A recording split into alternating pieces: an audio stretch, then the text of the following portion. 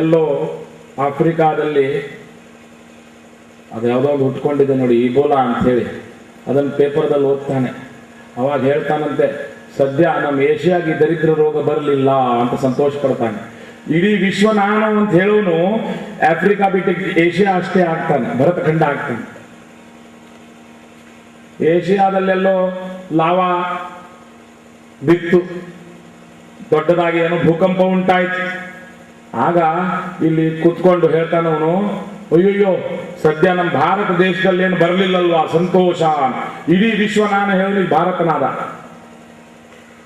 ಭಾರತದಲ್ಲೇ ಉತ್ತರ ಭಾರತದಲ್ಲೆಲ್ಲೋ ಪ್ಲೇಗೋ ಕಾಯಿಲೆ ಕಸೋಲೆಗಳು ಬಂದು, ಆಗ ಹೇಳ್ತಾನೆ ಸದ್ಯ ನಮ್ಮ ದಕ್ಷಿಣ ಭಾರತ ಕಡೆ ಬರದೇ ಇದ್ರೆ ಸಾಕಪ್ಪ ಅಂತ. ನೋಡಿ, ಇಡೀ ವಿಶ್ವ ಅಂತ ಹೇಳೋ ದಕ್ಷಿಣ ಭಾರತಕ್ಕೆ ಬರ್ತಾನೆ. ದಕ್ಷಿಣ ಭಾರತದಲ್ಲೆಲ್ಲೋ ಸುನಾಮಿ ಬಂತು, ಭೀಕರ ಜನ ಸಾಯ್ತಾ ಇದ್ದಾರೆ. ಅವಾಗ ಹೇಳ್ತಾನೆ ಸದ್ಯ ನಮ್ಮ ಸೌತ್ ಕ್ಯಾನ್ರಾ ಹತ್ರ ಬರದೇ ಇದ್ರೆ ಸಾಕು. ಇಡೀ ವಿಶ್ವ ನಾನು ಅಂತ ಹೇಳೋನು ಸೌತ್ ಕ್ಯಾನ್ರಾಗೆ ಸೀಮಿತ ಆದ. ಸೌತ್ ಕ್ಯಾನ್ರಾದಲ್ಲೆಲ್ಲೋ ಗಲಾಟೆ ಆಯ್ತು. ಅವಾಗ ಹೇಳ್ತಾನೆ ಸದ್ಯ ನಮ್ಮ ಮೂಡುಬಿದ್ರೆ ಹತ್ರ ಬಾರದೆ ಇದ್ರೆ ಸಾಕಪ್ಪ ದೇವರು ಅಂತ ಬಿಡ್ತಾನೆ. ಇಡೀ ವಿಶ್ವ ಅಂತ ಹೇಳೋನು ಮೂಡುಬಿದ್ರಿಗೆ ಬಂದ. ಮೂಡುಬಿದ್ರೆಯಲ್ಲೋ ಏನೋ ರೋಗ ರುಜಿನ ಉಂಟಾಯ್ತು. ಸದ್ಯ ಮಿತ್ಬೈಲ್ ಆಯ್ಕೆ ಅನ್ನೋ ಜನಪುರ ದೇವ ಬಟ್ ಮಾಮ್ ಸಂಗುಂಗಿಯ ಮಿತ್ಬೈಲ್ನಲ್ಲೇ ಏನೋ ಬಂತು ರೋಗನೋ ಏನೋ. ಸದ್ಯ ನಮ್ ಕೇರಿಯಲ್ಲಿ ಬಾರದೆ ಇದ್ರೆ ಸಾಕಪ್ಪ ದೇವ್ರು. ಇಡೀ ವಿಶ್ವ ನಾನು ಹೇಳೋನು ಕೇರಿಗೆ ಬಂದ. ಅಷ್ಟು ಸಣ್ಣ ಸಂಕುಚಿತನಾಗ್ತಾನೆ. ಕೇರಿಯಲ್ಲಿ ಇದ್ದಿದ್ದು ಕೇರಿಯಲ್ಲೂ ಬಂತು ಅಂತ ತಿಳ್ಕೊಳ್ಳೋಣ, ಏನೋ ರೋಗ ರುಜಿನ ಕಾಯಿಲೆ ಕಸೌಲೆಗಳು. ಆಗ ಹೇಳ್ತಾನೆ ಸದ್ಯ ನಮ್ಮ ಮನೆಗೆ ಒಂದು ಬರದೇ ಇದ್ರೆ ಸಾಕಪ್ಪ ದೇವ್ರೆ, ಒಂದು ಕಾಯಿ ಹೊಡಿತೇನೆ. ಇಡೀ ವಿಶ್ವ ಅಂತ ಹೇಳೋದು ಮನೆಗೆ ಬಂದ. ಮನೆಯಲ್ಲೋ ಯಾರೋ ಹೆಂಡ್ರಿಗೋ ಮಕ್ಳಿಗೋ ಏನೋ ಭೀಕರ ರೋಗ ಬಂದ್ರೆ ಸದ್ಯ ನನಗೇನೂ ಆಗ್ಲಿಲ್ಲಲ್ವಾ, ಅದೇ ಸಾಕು ಅಂತ ಹೇಳ್ತಾನೆ. ಇಡೀ ವಿಶ್ವ ಅಂತ ಹೇಳೋದು ನನಗೆ ಬಂತು ನೋಡಿ. ವೇದಾಂತ ಎಂಬುದು ಒಂದು ಪೂರ್ಣ ಬಿಡೋದು ಅಂತ ಅದೇ ಸನ್ಯಾಸ. ಇಲ್ಲವಾದ್ರೆ ಸಕಲ ಜಗತ್ತನ್ನು ಉದಾತ್ಮೀಕರಿಸುವುದು, ನಮ್ಮದಾಗಿಸುವುದು. ಅದು ಹೇಗೆ? ಎರಡನೇ ಮಾರ್ಗ ಅಂತ ಗೀತೆಯಲ್ಲಿ ಬರುವಂಥದ್ದು. ಸಕಲ ವೇದಗಳ ಸಾರವನ್ನು ಗೀತಾದಲ್ಲಿ ಭಗವಾನ್ ಕೃಷ್ಣನು ಸಾಧಕ ಸುಜೀವಿಗಳಿಗೋಸ್ಕರ ಇಟ್ಟವನು. ಅದಕ್ಕೋಸ್ಕರ ಭಾಗವತದ ಒಂದು ಉದಾಹರಣೆಯನ್ನು ಪುರಂದರದಾಸರು ಹೀಗೆ ಹೇಳ್ತಾರೆ. ಪಂಚಮಸ್ಕಂದದಲ್ಲಿ ಬರುವಂತ ಕಥೆ ಇದು. ಆ ಭೀಕರ ವೃತ್ರಾಸುರನು ಇಂದ್ರನ ಸಂಹಾರಕ್ಕೆಂದು ಮುಂದಾದಾಗ ಸಕಲ ಲೋಕಕ್ಕೆ ಕಂಟಕನಾಗ್ತಾನಂತೆ. ಎಲ್ಲರಿಗೂ ಬಾಧೆ ಕೊಡುವಾಗ ಅವನ ಸಾವಿನ ಉಪಾಯ ಯಾವುದು ಎಂದು ಬ್ರಹ್ಮದೇವರು ಇಂದ್ರಾದಿ ದೇವತೆಗಳಿಗೆ ತಿಳಿಸಿದ್ರಂತೆ. ವೃತ್ರಾಸುರ ಹೀಗೆ ಹಾಗೆ ಸಾಯುವುದಿಲ್ಲ. ಮಾರಣ ಹೋಮದಿಂದ ಆ ತ್ವಷ್ಟೃ ಮತ್ತು ಶುಕ್ರಾಚಾರ್ಯರಿಂದ ಮಾಡಲ್ಪಟ್ಟ ಮಾರಣ ಹೋಮದಿಂದ ಜನಿಸಿದಂತ ನೀತನು ಮಹಾನ್ ದೈತ್ಯ ಶಕ್ತಿ. ಇದನ್ನು ಕುಗ್ಗಿಸಬೇಕಾದ್ರೆ, ಸಂಹರಿಸಬೇಕಾದ್ರೆ ಇದಕ್ಕೆ ಒಂದೇ ಒಂದು ಉಪಾಯ. ಅದು ಯಾವುದು ಅಂದ್ರೆ ದಧೀಚಿ ಮಹರ್ಷಿಗಳ ಬೆನ್ನೆಲುಬಿನ ಅಸ್ಥಿಗಳಿಂದ ಬಾಣಗಳನ್ನು ಮಾಡಿ ಆ ಬಾಣವನ್ನು ವೃತ್ರಾಸುರ ಹೃದ್ದೇಶಕ್ಕೆ ಪ್ರಹಾರ ಮಾಡಿದರೆ ಅವನ ಸಾವು ನಿಶ್ಚಿತ. ಎಲ್ಲ ದೇವತೆಗಳು ದಧೀಚಿ ಮಹರ್ಷಿಯ ಆಶ್ರಮಕ್ಕೆ ಹೋಗ್ತಾರಂತೆ. ತೆರಳಿದ್ರು, ಆಗಮಿಸ್ತಾರೆ. ದಧೀಚಿ ಮಹರ್ಷಿಗಳಿಗೆ ಹೇಳ್ತಾರಂತೆ, ಹೀಗೆ ನೋಡಿ, ಯಾರಿಗಾದ್ರೂ ದುಡ್ಡು ಕೊಡ್ರಿ ಅಂದ್ರೆ ಕೊಡ್ಬೋದು, ಬಂಗಾರ ಕೊಡ್ರಿ, ದಾನ ಕೊಡಿ, ಭೂಮಿ ಕೊಡ್ಬೋದು, ಸ್ವಲ್ಪ ನಿಮ್ ಜೀವ ಕೊಡ್ರಿ ಅಂದ್ರೆ ಯಾವ್ದಾರ ಕೊಡ್ತಾರ? ಎಲ್ಲ ಇಂದ್ರಾದಿ ದೇವತೆಗಳು ಪ್ರಾರ್ಥನೆ ಮಾಡಿದ್ರು, ಸ್ವಾಮಿ ಲೋಕಕಂಟಕನಾಗಿ ಆ ವೃತ್ರಾಸುರನು ಈಗ ಬೆಳೆದಿದ್ದಾನೆ, ಅವನ ಸಂಹಾರಕ್ಕೆಂದು ಬ್ರಹ್ಮದೇವರು ಹೇಳಿದ ಉಪಾಯ. ಇಷ್ಟು ಹೇಳುವಾಗ ದಧೀಚಿ ಮಹರ್ಷಿಗಳು ಆಲೋಚನೆ ಮಾಡಿದರು. ಈಗ ನಾನು ಬೆನ್ನೆಲುಬು ಕೊಡದೇ ಇದ್ರೆ ಈ ವೃತ್ರಾಸುರ ಸಮಸ್ತ ಜಗತ್ತನ್ನೇ ನಾಶ ಮಾಡ್ತಾನೆ. ಅದಕ್ಕೋಸ್ಕರ ಇದ್ರೂ ನನ್ನ ಅಸ್ತಿತ್ವವೇ ಅದೇ ನಾನು ತ್ಯಾಗ ಮಾಡಿದ್ರೆ ಜಗತ್ತಕ್ಕೆ ಒಳಿತಾದೀತು. ಅದಕ್ಕೋಸ್ಕರ ಪ್ರೀತಿಯಿಂದ ತನ್ನನ್ನೇ ಅರ್ಪಿಸಿಬಿಟ್ಟ. ಇದು ದೃಷ್ಟಾಂತ. ಇದು ಎರಡೂ ಕೂಡ ಸಾಧ್ಯವಿಲ್ಲ, ಈಗಿನ ಕಾಲದಲ್ಲಿ ಆಗಲಿಕ್ಕೆ ಸಾಧ್ಯವಿಲ್ಲ. ಹಾಗಾದ್ರೆ ಪುರಂದರದಾಸರು ಕೊನೆಯ ಒಂದು ಮಾರ್ಗ ಹೇಳಿದ್ದಾರೆ ನೋಡಿ, ಆ ಮಾರ್ಗವನ್ನಾದರೂ ಅನುಸರಿಸಿ.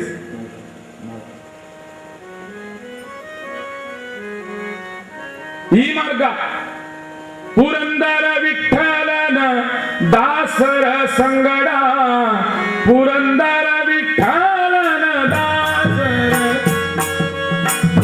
ಪುರಂದರ ವಿಠಲನ ದಾಸರ ಸಂಗಡ. ಯಾರು ಭಗವಂತನ ದಾಸರಿದ್ದಾರೋ, ಯಾರ ಭಗವದ್ ಭಕ್ತರಿದ್ದಾರೋ ಅಂತವರಿಗೆ ದಾಸರಾಗಿ ಅವರ ಸೇವೆ ಶುಶ್ರೂಷೆ ಮಾಡಿ ಅವರ ಪಾದಾರ ಬಿಂದದಲ್ಲಿ ಸಕಲ ಜ್ಞಾನವನ್ನು ಸಂಪಾದನೆ ಮಾಡಿ ಜೀವನವನ್ನು ನಡೆಸಿ ಅಂತ. ಪುರಂದರ ವಿಠಲನ ದಾಸರ ಸಂಗಡ, ಪುತ್ರ ಮಿತ್ರ ಕಲತ್ರ ಬಾಂಧವರಂತೆ ಇರಬೇಕು, ಇಲ್ಲ ಇರದೆ.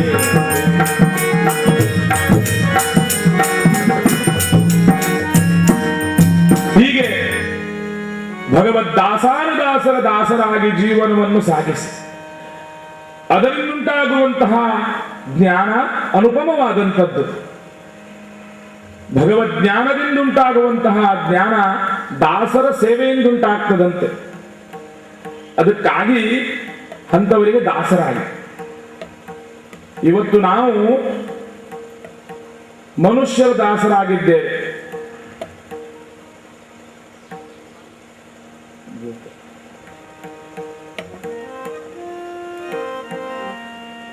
ದೇವರನ್ನು ಮರೆತು ಮಹಾತ್ಮರನ್ನು ತಿರಸ್ಕರಿಸಿ ಕೇವಲ ಭೌತಿಕ ಪ್ರಪಂಚಕ್ಕೆ ಬೇಕಾಗುವಂತಹ ಧನ ಸಂಗ್ರಹಕ್ಕೆಂದು ಅಧಮರ ನೀಚರ ದಾಸರಾಗಿ ಅವರ ಸೇವೆಯಲ್ಲೇ ಕಾಲು ಕಳೀತಾ ಇದ್ದೇವೆ, ಜೀವನವನ್ನು ವ್ಯರ್ಥಗೊಳಿಸ್ತಾ ಇದ್ದೇವೆ. ಇದು ಮೂರನೇ ಮಾರ್ಗ. ಇದು ಏನು ಕಷ್ಟ ಅಲ್ಲ ನೋಡಿ.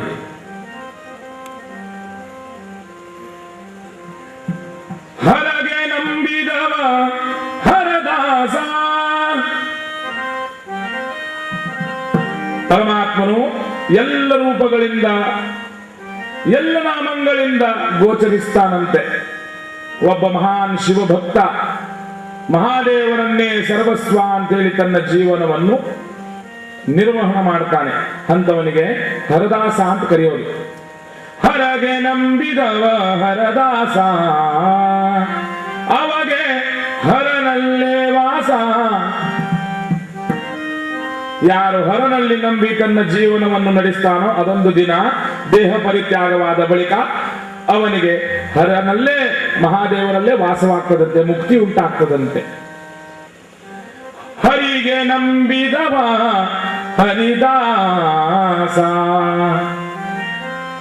ಆ ಶ್ರೀಹರಿಯಲ್ಲಿ ಸರ್ವೋತ್ತಮ ಭಾವದಿಂದ ಭಕ್ತಿ ಮಾಡಿ ಸಕಲ ವೇದಶಾಸ್ತ್ರಗಳ ಸಾರ ಸರ್ವಸ್ವನಾದ ವೇದೈಕ ವೇದ್ಯ ಪ್ರತಿಪಾದ್ಯನಾದ ಪುರುಷೋತ್ತಮನಾದ ಜಗಜ್ಜನಿತ್ಯನಾದ ಜಗಜ್ಜೀವನನಾದ ಜಗದೀಶನಾದ ಜಗದಾಧಾರನಾದ ವ್ಯೋಮ ಭೂಮ ಆಕಾಶಗಳಲ್ಲೇ ವ್ಯಾಪ್ತನಾದ ಭಗವಂತನನ್ನೇ ಸರ್ವಸ್ವ ಎಂಬುದಾಗಿ ತಿಳಿದು ವಿರಕ್ತಿಯಿಂದ ಭಕ್ತಿ ಮಾಡಿದ ಬಳಿಕ ಅಂತ ಹರಿದಾಸರಿಗೆ ಅವಗೆ ಹರಿಯಲ್ಲೇ ವಾಸ. ಅಂತವರಿಗೆ ದೇಹತ್ಯಾಗ ಉತ್ಕ್ರಾಂತಿಯ ಬಳಿಕ ದೇಹತ್ಯಾಗವಾದ ನಂತರ ನೈಜ ಸುಖವಾದ ಮುಕ್ತಿ ಸಿಕ್ಕದಂತೆ. ನರಗೆ ನಂಬಿದವ. ಆದ್ರೆ ಹರಿಹರರನ್ನು ಬಿಟ್ಟು ದೇವತೆಗಳನ್ನು ಬಿಟ್ಟು ಸಾಮಾನ್ಯ ಪಾಮರ ಮನುಷ್ಯರನ್ನೇ ನಮ್ಮ ಸರ್ವಸ್ವ ಎಂಬುದಾಗಿ ತಿಳಿದು ತಮ್ಮ ಜೀವನವನ್ನು ವ್ಯತೀತ ಮಾಡುವಂತಹ ಪಾಮರಾಧಮರಿಗೆ ಏನಾಗ್ತದೆ? ನರಗೆ ನಂಬಿದವ ನರದಾಸ. ಅಂತವರಿಗೆ ನರದಾಸ ಅಂತ ಕರೆಯೋದು. ಅವಗೆ ನರಕವಾಸ. ಅಂತವರಿಗೆ ನರಕವಾಸವಾಗದು. ಅದಕ್ಕೋಸ್ಕರ ಹರಿಯ ದಾಸರಾಗಿ ಭಗವಂತನಲ್ಲಿ ಪ್ರೀತಿಯುಳ್ಳವರಾಗಿ. ದಾಸರಾಗಬೇಕಂದ್ರೇನು? ಕಾಲಿಗೆ ಗೆಜ್ಜೆ ಕಟ್ಟಿ ವೇಣುವರ್ಣನ ಗುಣ ಇದು ಆಗದೆ ಇದ್ರೆ ಬೇಜಾರಿಲ್ಲ. ನಮ್ಗಿಂತ ಹಿರಿಯರಲ್ಲಿ ಗೌರವಾದರವನ್ನೊಂದಿ, ಮಹಾತ್ಮರಲ್ಲಿ ಸದಾ ಪೂಜ್ಯ ಭಾವನೆಯನ್ನು, ಯತಿ ಶ್ರೇಷ್ಠರಲ್ಲಿ ದಾಸ್ಯ ಭಾವವನ್ನು, ಪರಮಾತ್ಮನಲ್ಲಿ ಸದಾ ವಿರಕ್ತಿ ಭಾವವನ್ನಿಟ್ಟು ಭಕ್ತಿಯಿಂದ ಜೀವನವನ್ನು ನಡೆಸುವುದು, ಇದೇ ದಾಸ. ದಾಸ ಅಂದ್ರೆ ಸ್ವಲ್ಪ ತಿರುಚಿ ನೋಡಿ ಶಬ್ದ, ಸದಾ ಅಂತ ಬರ್ತದೆ. ಸದಾ ಅಂದ್ರೆ ಯಾವಾಗಲೂ ಅಂತ ಅರ್ಥ. ಎದ್ದಾಗಲಿ ಬಿದ್ದಾಗಲಿ ಅಣಕದಿಂದಾಗಲಿ ಹೇಗಾದರೂ ಸರಿ ದೇವರನ್ನು ನೆನೆಸ್ತಾ ಇರಿ. ಅಂತಹ ಚರಿತ್ರೆ ಶ್ರೀಕೃಷ್ಣ ಭಗವದ್ಗೀತೆಯಲ್ಲಿ ಹೇಳಿದ್ದಾನೆ. ಅಂತಹ ಚರಿತ್ರೆ ಶ್ರೀರಾಮದೇವರದ್ದು, ಅಂತಹ ಚರಿತ್ರೆ ರಾಮದಾಸನಾದಂತಹ ಹನುಮಂತನದ್ದಂತೆ.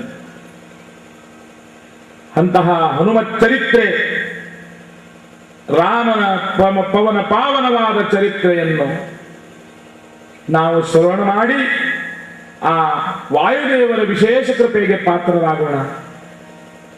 ಆ ವಾಯುದೇವರು ದಾಸೋತ್ತಮರೆಂದು ಸಕಲ ಶಾಸ್ತ್ರಗಳು ಹೇಳಿದ್ದಾರೆ. ಪರಮಾತ್ಮನ ಆತ್ಯಂತಿಕ ಭಕ್ತರಂತೆ ವಾಯುದೇವರು, ಪರಮಾತ್ಮನ ಸಚಿವ ಸ್ಥಾನದಲ್ಲಿದ್ದವನಂತೆ.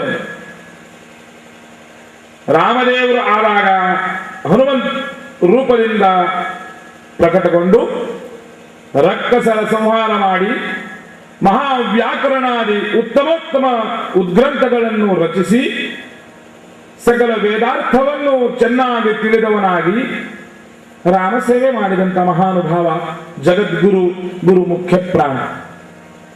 ಎರಡನೇ ಅವತಾರದಲ್ಲಿ ಕೃಷ್ಣನಾಗಿ ಭಗವದ್ ರೂಪ, ಆ ಕೃಷ್ಣನ ಸೇವೆಗೆಂದು ಭೀಮಸೇನನಾಗಿ ಸಕಲ ಕುರುಜಾಂಗಲದಲ್ಲಿರುವಂತಹ ಕೌರವರ ಸಂಹಾರ ಮಾಡಿ ಧೌಮ್ಯಾಚಾರ್ಯಾದಿ ಅನೇಕ ಮಹರ್ಷಿಗಳಿಗೆ ಮನ್ಯು ನಾಮಕನಾದ ಭಗವತ್ ಚಿಂತನೆ ಮಾಡುತ್ತಾ ಆ ನರಸಿಂಹದೇವರ ಕೃಪೆಗೆ ಪಾತ್ರರಾಗಿ ಆ ಭೀಮಸೇನ ದೇವರು ಸೇನೆಯೋರುಭಯೋರ್ ಮಧ್ಯೆ ಭೀಮಸೇನ ಸಮೋನಾಸ್ತಿ ಅಂತ ಹೇಳಿದೆ. ಅಂತ ಮಹಿಮಾತಿಶಯ ವಾಯುದೇವರ ಎರಡನೇ ರೂಪ ಭೀಮರೂಪ, ಭೀಮಸೇನ ರೂಪ, ಭಾರತೀಯ ಪತಿಯದ್ದು. ಮೂರನೆಯದ್ದು ವೇದವ್ಯಾಸರ ಸೇವೆಗೆಂದು ಆನಂದ ತೀರ್ಥ, ಶ್ರೀಮದಾನಂದ ತೀರ್ಥ, ಸುಖತೀರ್ಥ ಮಧ್ವಾಚಾರ್ಯರಾಗಿ ಜನಿಸಿ ಎಲ್ಲ ವೇದಗಳನ್ನು, ಪುರಾಣಗಳನ್ನು, ಸಚ್ಚಾಸ್ತ್ರಗಳನ್ನು ಯಥಾರ್ಥವಾಗಿ ಬೋಧಿಸಿ ಸಕಲ ಸಜ್ಜನರಿಗೂ ಕೂಡ ಮುಕ್ತಿ ಮಾರ್ಗವನ್ನು ಸುಲಭಗೊಳಿಸಿದಂತಹ ಧನ್ಯಮಣಿ. ಇಂತಹ ಜಗದ್ಗುರುಗಳು, ರಾಮನ ದಾಸರಾದವರು ನಮಗೆ ಗುರುಗಳು. ಅಂತವರ ದಾಸ ಭಾವವನ್ನು ಸ್ವೀಕರಿಸಬೇಕು. ಇದೇ ಸುಂದರಕಾಂಡದ ಮಹಿಮೆ ಅಂತ ಹೇಳಿದೆ. ಅಂತಹ ಸುಂದರಕಾಂಡ ಸುಂದರ ಅಂತ ಹೇಳಿದ್ದಾರೆ. ಸುಂದರ ಅಂದ್ರೆ ರಾಮನಿಗೆ ಹೆಸರು. ಯಾಕೆ? ಅವನು ಸುಂದರ. ಹೌದಿಲ್ಲ? ಯಾವುದಾದ್ರೂ ಕಪಿಗೆ ನೀವು ಸುಂದರ ಅಂತ ಕರೆದಿದ್ದಿದೆ? ಮಂಗ, ಕೋತಿ ಅಂದ್ರೆ ಸುಂದರ ಅಲ್ಲ ಅಂತ ಅರ್ಥ. ನಮ್ಮಲ್ಲಿ ನೀನು ಕೋತಿ ಅಂತ ಕರಿತೇವೆ.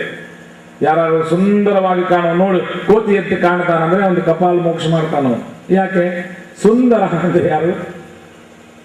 ರಾಮ. ಈ ಸುಂದರ ಶಬ್ದಕ್ಕೆ ಅರ್ಥ ಏನು ಅಂತ ತಿಳಿಸ್ತೇನೆ ಕೇಳಿ. ಸುಂದರ ಅಂದ್ರೆ ಯಾವುದು ಕ್ಷಯಿಸುವುದಿಲ್ಲವೋ, ಕ್ಷೀಣವಾಗುವುದಿಲ್ಲವೋ ಅದಕ್ಕೆ ಸುಂದರ ಅಂತ ಹೇಳಿದ್ದಾರೆ.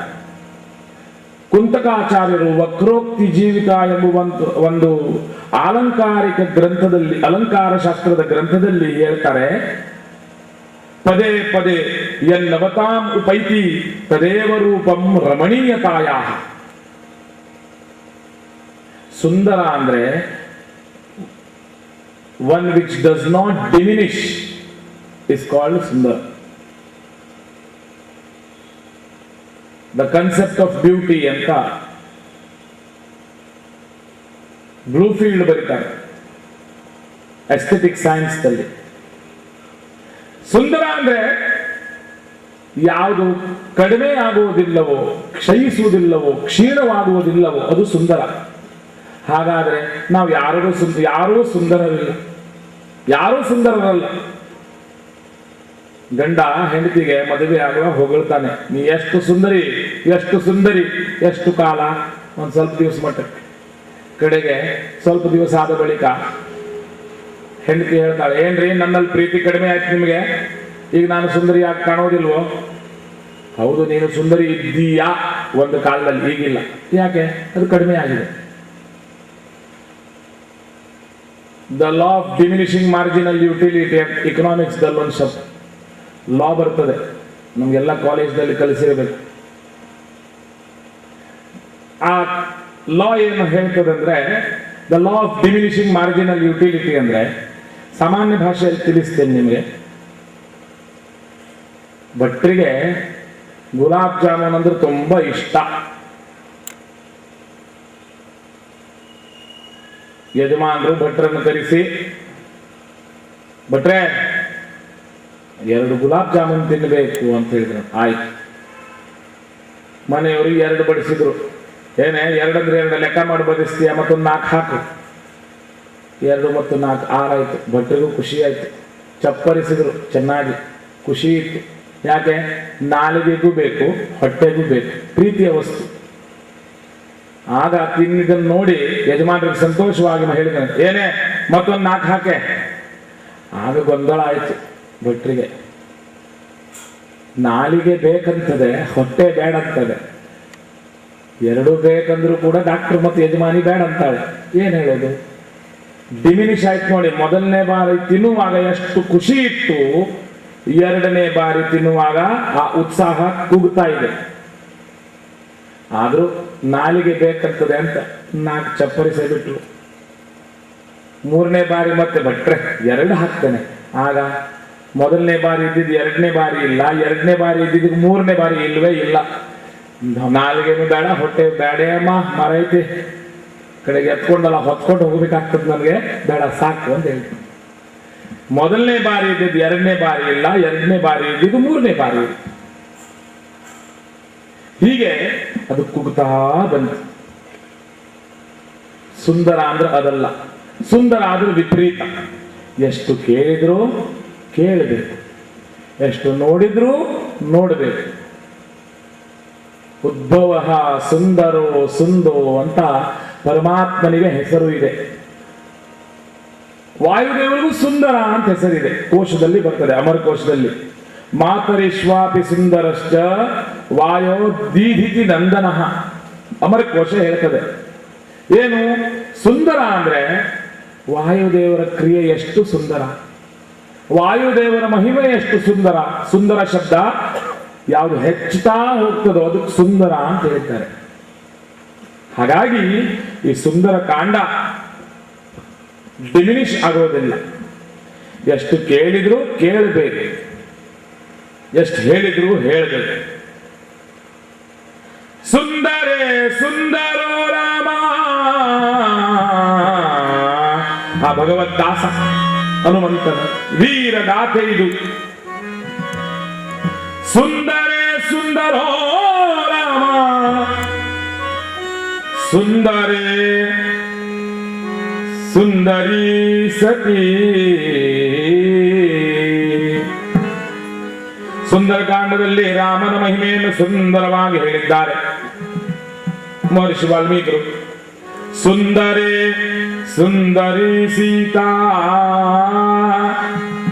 ಸೀತೆಯ ಮಹಿಮೆಯನ್ನು, ಮಾತೆಯ ಮಹಿಮೆಯನ್ನು ಅತ್ಯದ್ಭುತವಾಗಿ ವರ್ಣಿಸಿದ್ದಾರೆ. ಸುಂದರೇ ಸುಂದರೋ ಕಪಿ, ಆ ಮಾರುತಿಯ ಆ ವೀರ ಗಾಥೆಯನ್ನು ಎಷ್ಟು ಸೊಗಸಾಗಿ, ಅವನ ಭಕ್ತಿ, ಅವನ ಭಗವತ್ ಪ್ರೇಮ, ಅವನ ಭಗವತ್ ಕಾರ್ಯ ಸಾಧಕತ್ವ ಸಾಟಿ ಇಲ್ಲದೆ ಇರುವುದರಿಂದ ಸುಂದರ ಅಂತ ಎಷ್ಟು ಹೇಳಿದ್ರು ಹೇಳಬೇಕು, ಡಿಮಿನಿಷ್ ಆಗೋದಿಲ್ಲ. ಅದಕ್ಕೆ ಸೌಂದರ್ಯ ಅಂತ ಹೇಳೋದು. ಸುಂದರೇ ಸುಂದರೋ ಕಪಿ ಸುಂದರೇ ಕಿಂ ನ ಸುಂದರಂ. ಈ ಸುಂದರ ಕಾಂಡದಲ್ಲಿ ಯಾವುದು ಸುಂದರ ಇಲ್ಲ ಹೇಳಿ ನೋಡೋಣ. ಅಂತಹ ಸುಂದರ ಕಾಂಡ ರಾಮಭದ್ರನಿಗೆ ಪ್ರೀತಿಕರವಾದದ್ದಂತೆ. ಯತ್ರ ಯತ್ರ ರಘುನಾಥ ಕೀರ್ತನಂ, ಎಲ್ಲಿ ಎಲ್ಲಿ ರಾಮಚಂದ್ರನ ರಾಮಾಯಣದ ಕೀರ್ತನೆಯನ್ನು ಗಾನ ಮಾಡಿ ಹೇಳ್ತಾರೋ ಅಲ್ಲಿ ಅಲ್ಲಿ ವಾಯುದೇವರು ಬಂದು ನೆಲೆ ನಿಲ್ತಾರಂತೆ. ಅಂತಹ ವಾಯುದೇವರ ಅದಿತಿ ನಂದನನಾದಂತಹ ಪ್ರಭಂಜನನ ವಾಯುದೇವರ ದಿವ್ಯ ಮಾರುತಿಯ ದಿವ್ಯ ಕಥೆಯನ್ನು ಕೇಳೋಣ. ಆ ವಾಯುದೇವರು ನಮ್ಮಲ್ಲಿ ಭಗವದ್ ದಾಸಭಕ್ತಿ, ಆ ಸನ್ಯಾಸ ಯತಿ, ಆ ರತಿ, ಆ ಮತಿ ಮತ್ತು ವಿಶಿಷ್ಟವಾದ ಗತಿಯನ್ನುಂಟು ಮಾಡಲಿ ಅಂತ ಪ್ರಾರ್ಥಿಸಿ ರಾಮನಾಮ ಚಿಂತನೆಯಿಂದ ರಾಮಾಯಣದ ಮುಂದಿನ ಕಥೆಯನ್ನು ಪ್ರವೇಶ ಮಾಡೋಣ. ಶ್ರೀರಾಮ ಜಯ ರಾಮ ಜಯ ಜಯ ರಾಮ. ಎಲ್ಲರಲ್ಲಿ ಪ್ರಾರ್ಥನೆ, ಕರತಾಡನಯುಕ್ತರಾಗಿ ಆ ರಾಮದೇವರ ನಾಮವನ್ನು ಸಂಕೀರ್ತನ ಮಾಡುತ್ತಾ ಕಥಾಶ್ರವಣವನ್ನು ಮಾಡೋಣ. ಶ್ರೀರಾಮ್ ಜಯ ರಾಮ್ ಜಯ ಜಯ ರಾಮ್.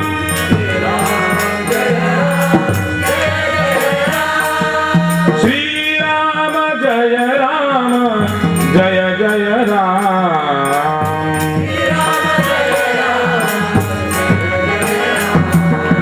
रघुपति राघव राजा राम पतित पावन सीताराम.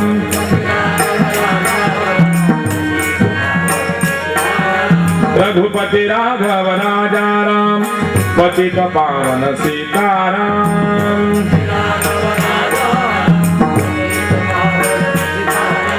हे रघुनंदन हे घनश्याम मारुति वल्लभ राजा राम. हे रघुनंदन हे घनश्याम मारुति वल्लभ राजा राम.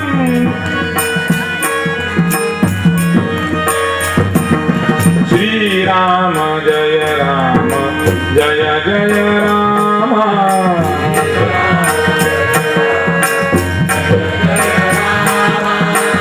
श्री राम जय राम जय जय राम.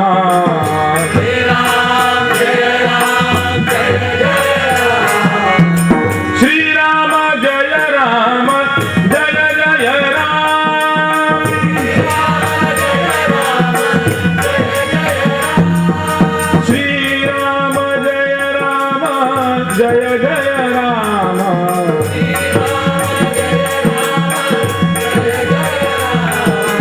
श्री राम जय राम जय जय राम.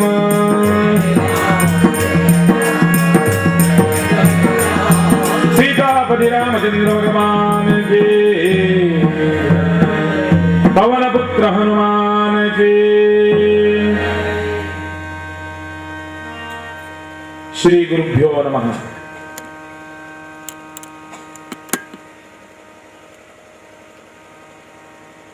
ಪಿತೃದತ್ತ ವಾಕ್ಯ ಪರಿಪಾಲನೆಗೋಸ್ಕರೆಂದು ರಾಮದೇವರು ಘೋರವಾದ ಅರಣ್ಯದಲ್ಲಿ ಸೀತಾ ಲಕ್ಷ್ಮಣರಿಂದೊಡಗೂಡಿ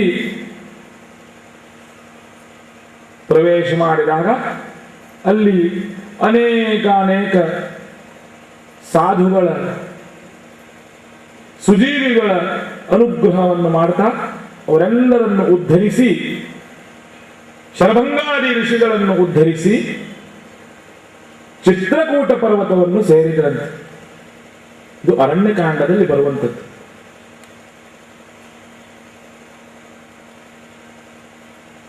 ಪೂರ್ವ ಪರಜಲ ನಿಧಿ ವೇಲಾವಲಗ್ನ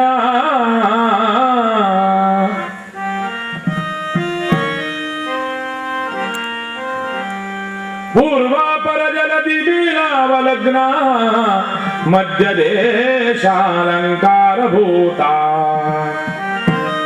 ಸುಂದರವಾದಂತಹ ಚಿತ್ರಕೂಟಗಿರಿ ಶಿಖರ,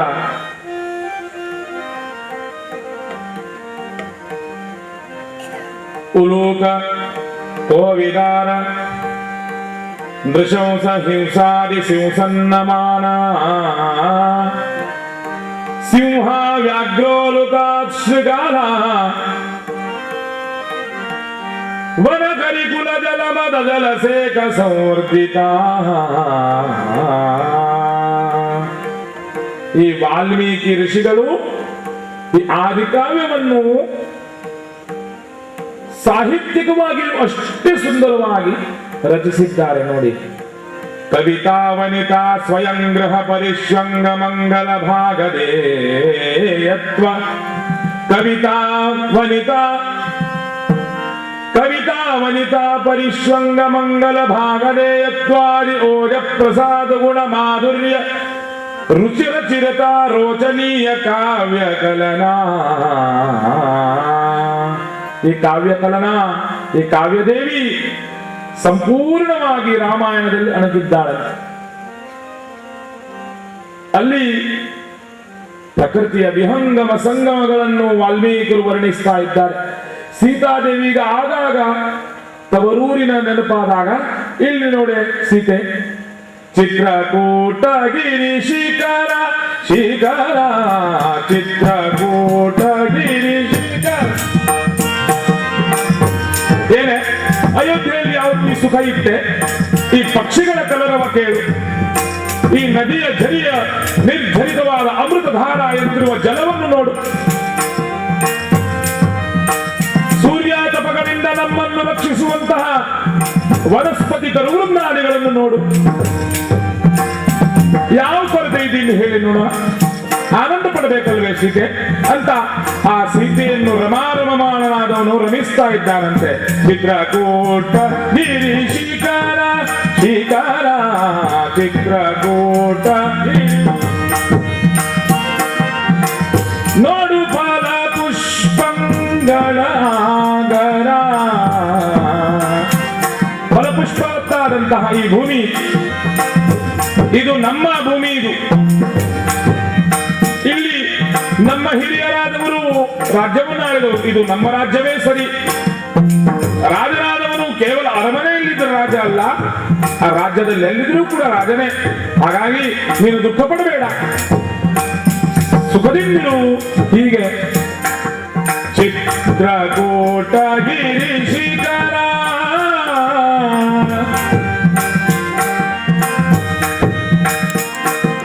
ಕಾಂತೆ ಕೇಳೆ ಕಾಂತಾರವಲ್ಲವಿದು. ಕಾಂತೆ, ಕಾಂತೆ ಅಂದ್ರೆ ಹೆಂಡತಿಗೆ ಹೇಳೋದು ಸಂಸ್ಕೃತದಲ್ಲಿ. ಕಾಂತಾರ ಅಂದ್ರೆ ಅರಣ್ಯ. ಇದು ಅರಣ್ಯ ಅಂತ ತಿಳಿಬೇಡ, ಇದು ನಮ್ಮ ಹಿರಿಯರ ತಪೋಭೂಮಿ, ಕರ್ಮಭೂಮಿ. ಕಾಂತೆ ಕೇಳೆ ಕಾಂತಾರವಲ್ಲವಿದು ಶಾಂತಿ ಸಮಾಧಾನ ಶಾಮದವರಿಗೆ. ಶಾಂತಿ, ಶಾಂತಿ, ನಿರಕ್ರಾಂತಿ ಇಲ್ಲುಂಟಾಗ್ತದೆ. ಹಾಗಾಗಿ ಮನಸ್ಸಿನಲ್ಲಿ ಯಾವ ವಿಕಾರವಿಲ್ಲದೆ ಇಲ್ಲಿ ಹಾಯಾಗಿ ಇರೋಣ. ಕಾಂತೆ ಕೇಳೆ ಕಾಂತಾರವಲ್ಲವಿದು ಶಾಂತಿ ಸಹನೆ ಶಮದಮವಿದ್ದವರಿಗೆ. ಚಿತ್ರಕೂಟ ಗಿರಿ ಶಿಖರ ಶಿಖರ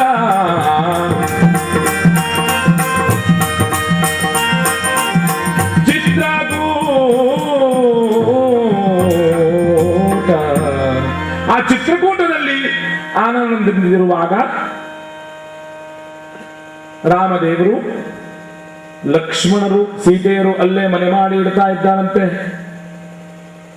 ಅಗೀಶ್ವತಿ ಸಮನಾದಂತಹ ವಾಸ್ತೋಷ್ಪತಿ ಅಂತಿರುವ ಈ ಶೇಷದೇವನಾದಂತಹ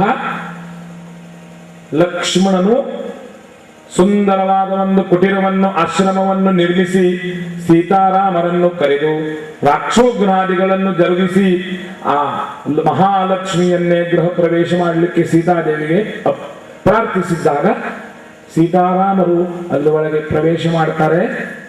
ನೋಡ್ತಾ ಇದ್ದಾರಂತೆ. ಅಣ್ಣ ಇಲ್ಲಿ ನೋಡು, ನಿನಗೋಸ್ಕರ ಅಂತಃಪುರ ಹಂಸತೂಲಿಕಾ ತಲ್ಪದಿಂದ ಮಾಡಲ್ಪಟ್ಟಂತಹ ಈ ಮಂಚ. ಇಲ್ಲಿ ನೋಡುವತ್ತಿಗೆ ಸೀತೆ, ನಿನಗೋಸ್ಕರ ಮಾಡಲ್ಪಟ್ಟಂತಹ ಅಡುಗೆಯ ಮನೆ. ಇಲ್ಲಿ ನಮ್ಮ ಅಸ್ತ್ರಶಸ್ತ್ರಗಳನ್ನಿಡುವಂತ ಕಕ್ಷ. ಅಣ್ಣ ರಾಮ ಇಲ್ಲಿ ನೋಡು, ಅತಿಥಿ ಅಭ್ಯಾಗತಗಳ ಸೇವೆ ಮಾಡಲಿಕ್ಕೆ ಸುಂದರವಾದ ಕಕ್ಷ.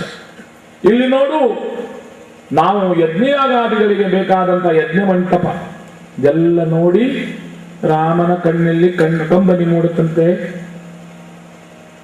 ತಮ್ಮ ಲಕ್ಷ್ಮಣ, ನಿನ್ನನ್ನು ತಮ್ಮನಂದು ಕರೆಯುವುದೇ?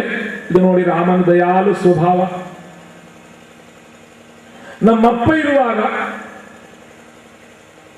ಇದೆಲ್ಲ ಮಾಡ್ತಿದ್ದೆ. ಈಗ ನಾನು ತಬ್ಬಲಿ ಅನಾಥನಿದ್ದೇನೆ, ನೀನು ತಮ್ಮನಲ್ಲಪ್ಪ, ನೀನು ದಶರಥನ ಸಮಾನ ಅಂತ ಹೇಳಿ ಆ ಲಕ್ಷ್ಮಣನನ್ನು ಹೊಗಳಿ ಬಿಗಿದಪ್ಪಿದನಂತೆ. ಅಣ್ಣ ಅಂತ ಕಣ್ಣೀರಿಟ್ಟು ಸೀತಾರಾಮರ ಸೇವೆ ಮಾಡ್ತಾ ಇದ್ದಾರೆ. ಅಲ್ಲಿ ರಾವಣಸ್ಯ ಸಖಾ ಭಾರ್ಯ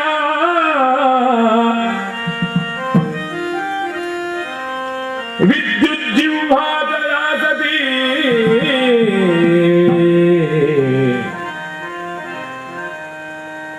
ಹಾಯಾಗಿ ರಾಮ ಲಕ್ಷ್ಮಣರು